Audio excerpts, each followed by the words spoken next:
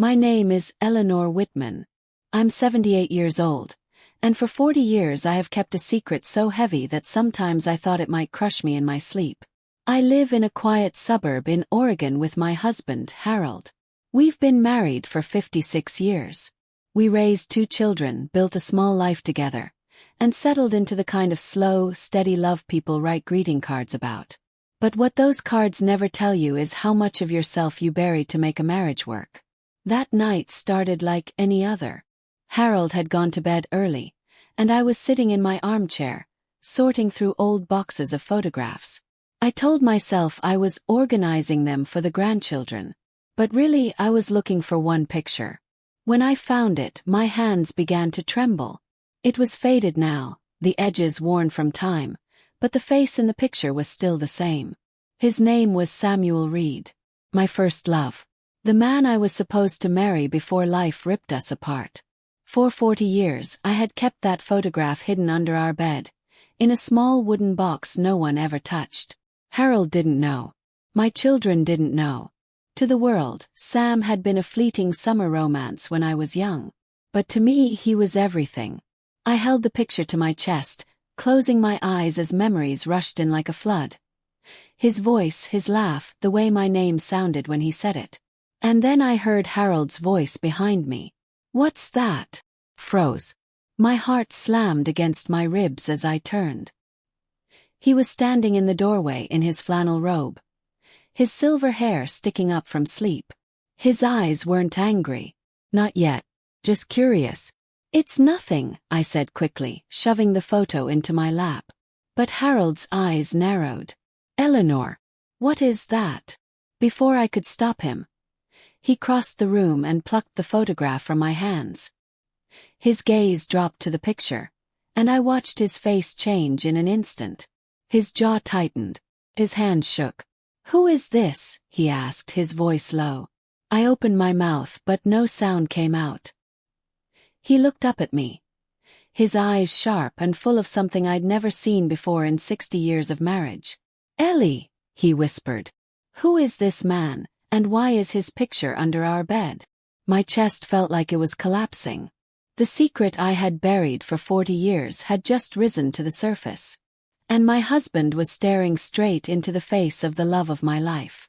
Harold held the photograph like it was something poisonous. His hand trembled as he looked back at me, his voice tight. "Eleanor, who is he?" I swallowed hard, my throat dry as sand. For 40 years, I had rehearsed this moment in my nightmares. The moment Harold found out. The moment my whole life cracked open. "His name is Samuel," I whispered. My voice shook. "Sam Reed." Harold stared at me as if the name itself were a betrayal. "Samuel," he repeated slowly, tasting it like it was bitter. "Why do you have a picture of him hidden under our bed? For how long?" I couldn't meet his eyes. 40 years. His breath caught. 40 years. His voice rose raw and cutting. "Ellie, that's our entire marriage. Who is he to you?" I closed my eyes, tears sliding down my cheeks. "He was my first love." The room went silent. I could hear the old clock ticking on the wall, every second slamming into my chest like a hammer. Harold's voice dropped to a whisper. "First love." "He was more than that," I said quickly, my hands twisting in my lap. "We were going to get married. We had everything planned. But then, he went overseas. His plane, it went down. They told me he was gone, Harold. They told me he was dead." Harold's face softened for a split second, and then hardened again. "So what did you do? You married me and kept him alive under our bed." My tears fell faster. "I buried him in my heart. Thought I had to. But I couldn't let go completely. I kept that picture because—" My voice cracked.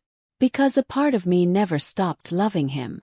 Harold staggered back a step, his hand gripping the back of a chair like he needed it to stay upright. His eyes were wet now, though he tried to blink it away. "Ellie," his voice broke. "All these years, was I just second best?"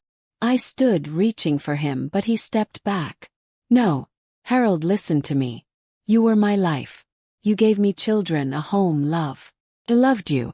I still love you. But you loved him more, Harold said quietly. The words hit me like a knife.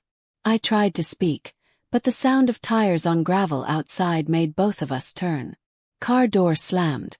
Harold's face twisted with something unreadable. I called Claire, he said suddenly.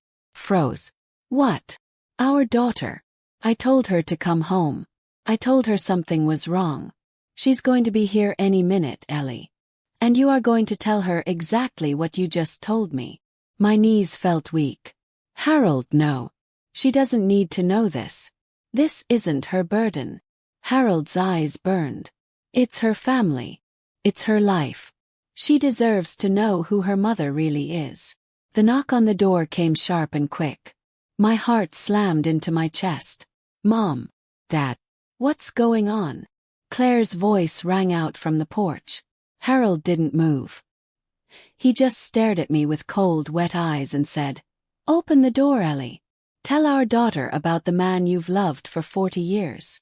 I stood frozen, my hand hovering over the doorknob, as my whole life teetered on the edge of unraveling. My hand shook as it touched the cold brass knob. Behind the door was my daughter, my sweet Claire, who had spent her whole life believing her parents had the perfect love story. When I opened it, she was standing there in her work blazer, her eyes full of worry. Mom. Dad. What's going on? She stepped inside and stopped short when she saw Harold clutching the photograph in his hand. Her gaze flicked to me, then to the picture. What is that? She asked cautiously. Harold's voice was sharp. Ask your mother. Claire looked at me, her brows furrowing. Mom. I wanted to run. I wanted to hide the way I had for 40 years. But Harold's stare held me in place. My secret had waited long enough. I took a deep breath, my voice barely a whisper. Claire, this is Sam Reed. He was the man I loved before I married your father. She blinked, confused. Okay. But why is Dad holding his picture like it's a bomb? Harold's voice cracked. Because your mother has been hiding that picture under our bed for 40 years. Claire's head snapped back toward me, her eyes wide. 40 years. Mom, is that true? Tears blurred my vision as I nodded. Yes. Her lips parted but no sound came out. I could see the pieces of her world shifting, breaking apart right in front of me. Mom, she said softly, her voice trembling. You've been married to Dad my whole life. You built everything together. Why would you? She stopped, her throat tightening. Why would you keep another man under our bed? I stepped toward her, my hands out like I could hold her world together with my touch. Because I thought he was dead, Claire. They told me he was gone. He was my first love, and when I lost him I thought I lost myself. Then I met your father and he saved me. He gave me a life, a family. I thought I buried Sam in the past. But a part of me, I couldn't let go completely. Claire's face crumpled as she whispered. So you loved him more? The question sliced through the room. Harold's eyes glistened, waiting for my answer. I shook my head quickly, my voice desperate. I loved both of them differently. Your father was my safe place, my partner. Sam was my fire. When you're young, you think that fire is the only kind of love that matters. When you're older, you learn that love can also be steady, quiet, lasting. Claire's lips trembled. But you never told Dad. I couldn't, I whispered. I was afraid. Afraid of hurting him. Afraid of losing the life we built. The room was silent except for Claire's shaky breath. She turned to Harold. Dad, what are you going to do? Harold stared at the photograph for a long time before answering. I don't know. I don't know who my wife really is anymore. Those words shattered something inside me. Claire's tears slipped free as she looked back at me. Mom, do you still love him? After all this time. The truth sat heavy on my tongue. I closed my eyes and whispered the words that would change everything. Yes. Claire's sob broke the silence. Harold turned away, his shoulders shaking. And I stood there, my secret finally out, watching the life I had built crumble like sand slipping through my fingers.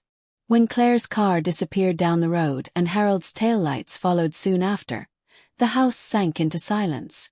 It was the kind of quiet that pressed against your ears until you couldn't tell if you were breathing too loud or not at all. I sat there with the photograph in my hands, staring at Sam's face like it might speak to me. His eyes were the same as they had been all those years ago.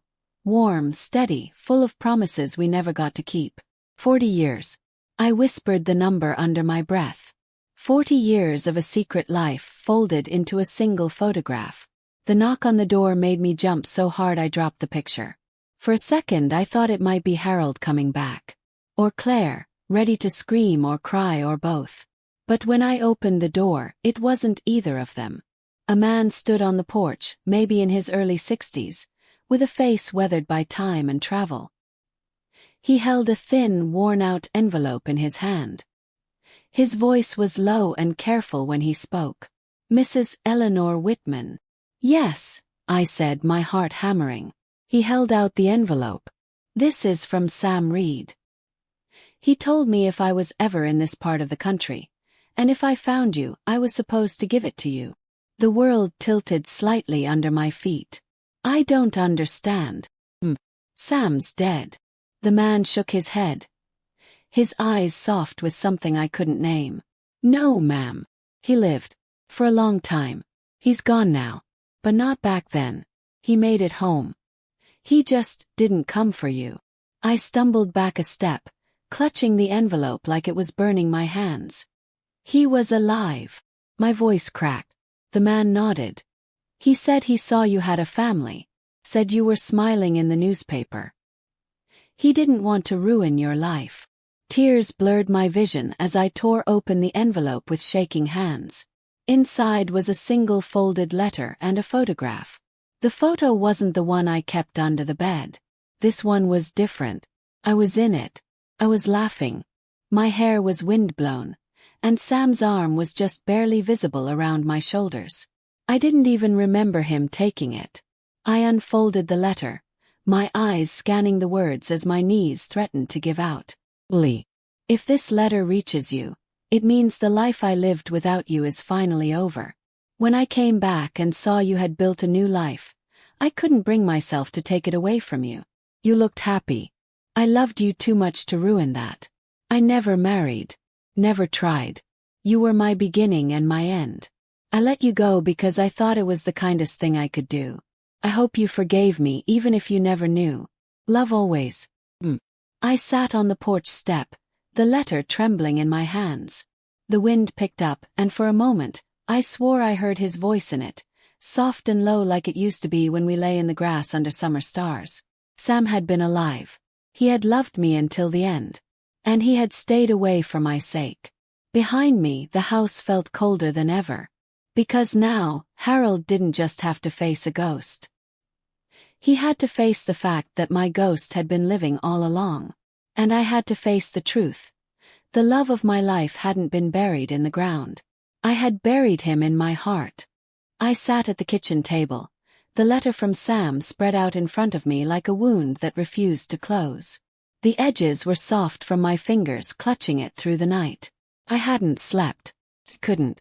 When Harold came home that morning, he didn't slam the door. He didn't say a word. He just walked in, set his keys on the counter, and stared at the letter. His eyes moved from the handwriting to my face. "What is that?" His voice was flat, like all the anger had burned away, leaving only ash. I swallowed hard. "A letter. From Sam." Harold's jaw clenched. "Sam. He survived the crash," I whispered. The words felt unreal even as I said them. "He made it back. He saw me with you, with Claire. He said he didn't want to ruin my life. He stayed away all these years." Harold let out a sound that was somewhere between a laugh and a sob. "So while I was building a life with you, while we were raising kids and paying bills and growing old together, he was out there, loving you in silence." Tears blurred my vision. "Harold, please." "No," he slammed his hand on the table, his voice suddenly sharp. "Don't you dare ask me to feel sorry for you right now, Ellie. Do you know what this feels like? To know that every time you looked at me, a piece of you was somewhere else. With someone else. I reached across the table, my fingers trembling. I loved you. Love you. That never changed. His eyes glistened, but his voice was like steel. But you loved him more. The words hit like a blade. I couldn't answer. I couldn't lie. Harold stepped back, running a hand over his face. For a moment, he looked so tired, so broken, that my heart ached in a new way. You should have told me, he said softly. 40 years ago. You should have told me before we built a life on a secret. I shook my head desperately. I was scared. I thought I had to bury it. I didn't know how to love you and mourn him at the same time. Harold's shoulders sagged. He stared at the letter again before whispering, "Do you still love him?" My lips parted, and for a heartbeat I couldn't breathe. Yes. A part of me always will. He closed his eyes, and a single tear slid down his cheek. When he opened them, there was no anger left. Just a deep, aching sadness. Then I don't know if we can come back from this, Harold said quietly. The room spun. My chest tightened like something was crushing me from the inside. Harold. My voice cracked. Please don't say that. He turned away, his hand on the doorframe. I need time, Ellie. I don't know who we are anymore. I don't know if I can live with his ghost between us. And then he walked out, leaving me alone with the letter, the photograph, and the truth that had finally destroyed everything I thought was safe. The house was too quiet without Harold's footsteps. For 56 years, his presence had been the heartbeat of our home. Now, every creak in the floorboards reminded me he wasn't there. I sat on the edge of our bed, the same bed where the photograph had lived hidden beneath us for 4 decades. The wooden box lay open on the nightstand, the picture of Sam beside it. Next to that, the letter. 2 pieces of paper that had ripped my life in half. Claire called that afternoon. I almost didn't answer, but the sound of her voice on the machine was shaky, and guilt drove me to pick up. Mom. Yes, baby, I said softly. She hesitated. Dad came by this morning. He looks so broken. What happened? Are you too? Her voice cracked, and I could hear the fear in it. Claire, we're not over, I said quickly. He just needs space. He needs time to understand. This isn't easy for him. It's not easy for me either, she whispered. You were my safe place. My example of love. And now I don't even know what's real anymore. Her words sliced deep. Claire, listen to me. What your father and I built is real. The love we have, it's real. I made a mistake hiding the past, but it doesn't erase what we've shared. You hear me? She was quiet for a long moment. Do you still love him? I closed my eyes, my hand pressing against the letter. Yes, part of me always will. But Claire, loving someone in the past doesn't erase the love I have now. Your father is my home.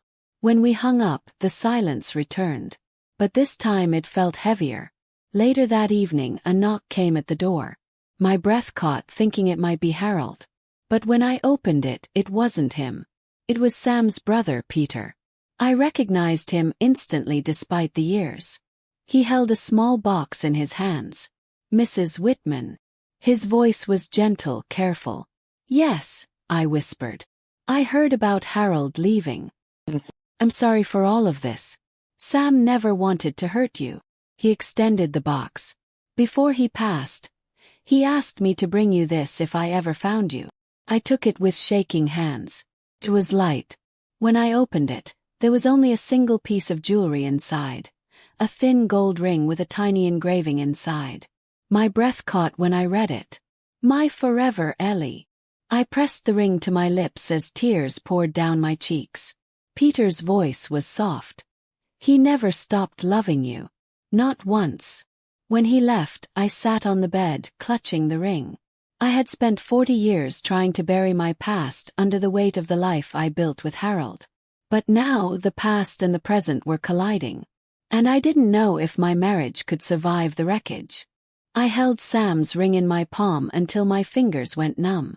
The engraving, worn with time, cut into my skin like the words themselves were trying to etch into my bones.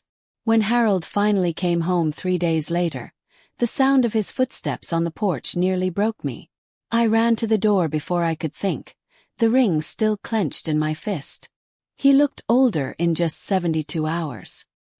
His eyes were bloodshot, his shoulders heavy with something I couldn't name. He stepped inside but didn't come close. "Harold," I whispered. His eyes landed on the ring in my hand. "Is that from him?" "Yes," I said softly. "His brother brought it. Sam, he kept it all these years. He wanted me to have it." Harold let out a hollow laugh. "Of course he did. Even dead, he's still between us." "No," I said quickly, stepping closer. "Harold, listen to me. He's not between us. He's a part of me. He always has been. But you," my voice broke. "You are my life now. You are my every day, my every breath. Sam was my past. You're my present. You're my home." Harold stared at me, his face unreadable. "Then why do I feel like I've been competing with a ghost for 40 years? Tears burned my eyes. "Because I was too much of a coward to tell you the truth. I was afraid you'd leave me. Afraid I'd lose the best thing that ever happened to me." He ran a hand over his face, his voice low and raw. "Ellie, I don't know how to forgive this. I don't know how to live with it." I opened my hand and held out the ring. "Then take it. Throw it away. Burn it. Do whatever you need to do. But please, Harold, don't throw away us." For a long moment, he just stared at the small piece of gold. Then his eyes met mine and I saw something crack in them. "I don't want to lose you," he whispered. "You won't," I said, my voice breaking. "Not if you don't let me go." He stepped forward, and when his hand closed over mine, covering the ring, I sobbed into his chest. His arms wrapped around me. Not as tight as they used to, not yet, but enough to remind me of what we'd built. "We can't erase him," Harold said softly against my hair. "But maybe we can learn to live with him. Together." I nodded through my tears. "I want that. More than anything." For the first time in days, the air in the house shifted. It wasn't healed. Not yet. But it was hope. And for the first time in 40 years, I let myself believe we might survive the weight of the past. Harold and I sat across from each other at the kitchen table, the letter and the ring between us like two ghosts we couldn't send away. The air was thick with everything we hadn't said in 5 decades. He rubbed his temples. "I keep thinking about all the years, Ellie. All the dinners. All the nights we lay in bed, and you were holding on to him in the dark. How do we move forward knowing this?" My voice was soft. "By telling the truth. No more secrets. Not about Sam. Not about anything. Harold, you deserve my whole heart. Whatever's left of it after all this. It's yours." His eyes glistened, but his jaw stayed tight. "And if the part of your heart that belonged to him never comes back?" I reached across the table and took his hand, pressing it against my chest. "Then I will love you with everything that's left. And I will spend the rest of my life proving that's enough." For a moment neither of us spoke.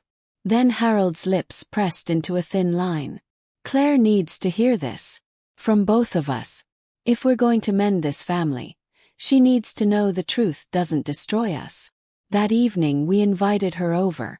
When she walked in and saw us sitting side by side, her eyes darted between us nervously. "Are you okay?" she asked cautiously. Harold's hand squeezed mine under the table. "We're not okay yet. But we're trying." Claire's eyes flicked to the ring. "Is that his?" "Yes," I said quietly. "Sam sent it to me before he died. He wanted me to have it." Claire swallowed hard. "Do you still love him?" "I'll always love who he was to me," I admitted. "But Claire, your father is the man I chose every day for 56 years. And I'll keep choosing him until my last breath." Her eyes filled with tears. "I don't know how to process all this. It's like finding out my whole life was built on something else." Harold reached for her hand. "It wasn't built on a lie.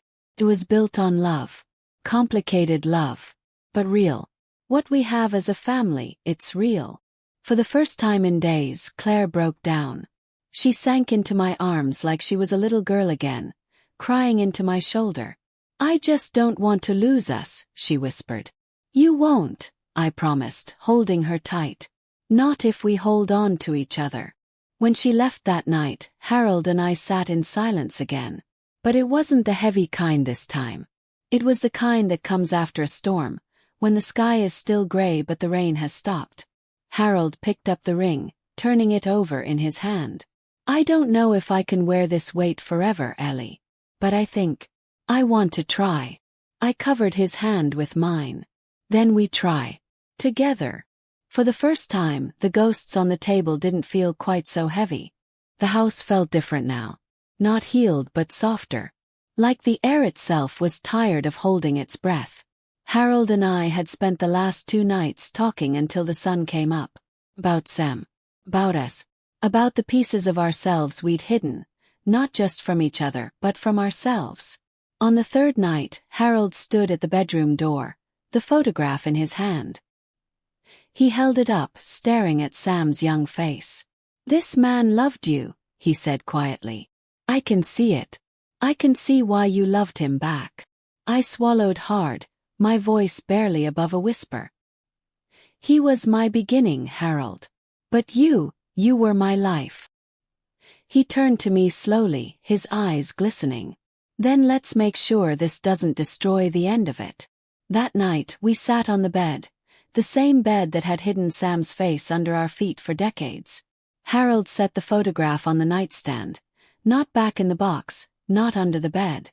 "No more secrets," he said firmly. "No more," I promised. For the first time we talked about everything. About the first time Harold knew he loved me. About the day I found out Sam's plane had gone down and the way my world ended that night. About the moment I chose to love Harold anyway. Even when part of me was still broken. It was painful. But somewhere between the tears and the trembling hands, there was healing. Around midnight, Harold reached over and took my hand. "Ellie." "Yes." His voice cracked. "Do you regret it? Marrying me?" I leaned forward, pressing my forehead to his. "Never. You saved me, Harold. You gave me a second chance at life. If I hadn't met you, I don't know if I would have survived losing Sam. You were my miracle." A tear slid down his cheek. "Then let me keep being that. For however long we've got left." I kissed his hand, my voice breaking. "I want that more than anything." When we finally lay down, Harold wrapped his arm around me, just like he had for 56 years. But tonight it felt different. There was no ghost between us anymore. Sam's memory would always live in my heart, but tonight, Harold held the rest of it. And for the first time in 40 years I felt like I could breathe again. Spring came early that year. The air was soft, carrying the scent of blooming lilacs through the open window of our bedroom. I sat on the edge of the bed, the photograph of Sam in my lap. The same one that had been hidden under us for 40 years. Harold came in quietly, a mug of coffee in each hand. He set one beside me and sat down, his body warm against mine. "We've lived with him in this house a long time," he said softly. He nodded. "Too long in the shadows." He reached out, his hand covering mine over the photograph. "It's time to let him rest." Tears pricked my eyes. "How do you say goodbye to someone you never really lost?" "You don't," Harold said gently. "You just make peace with the love you had. And then you make room for the love you still have." That afternoon, we drove out to the old oak tree by the edge of town, the place Harold had proposed to me all those years ago. I brought Sam's letter and the ring. We stood together under the sprawling branches, the wind soft and warm against our faces. I held the letter to my chest.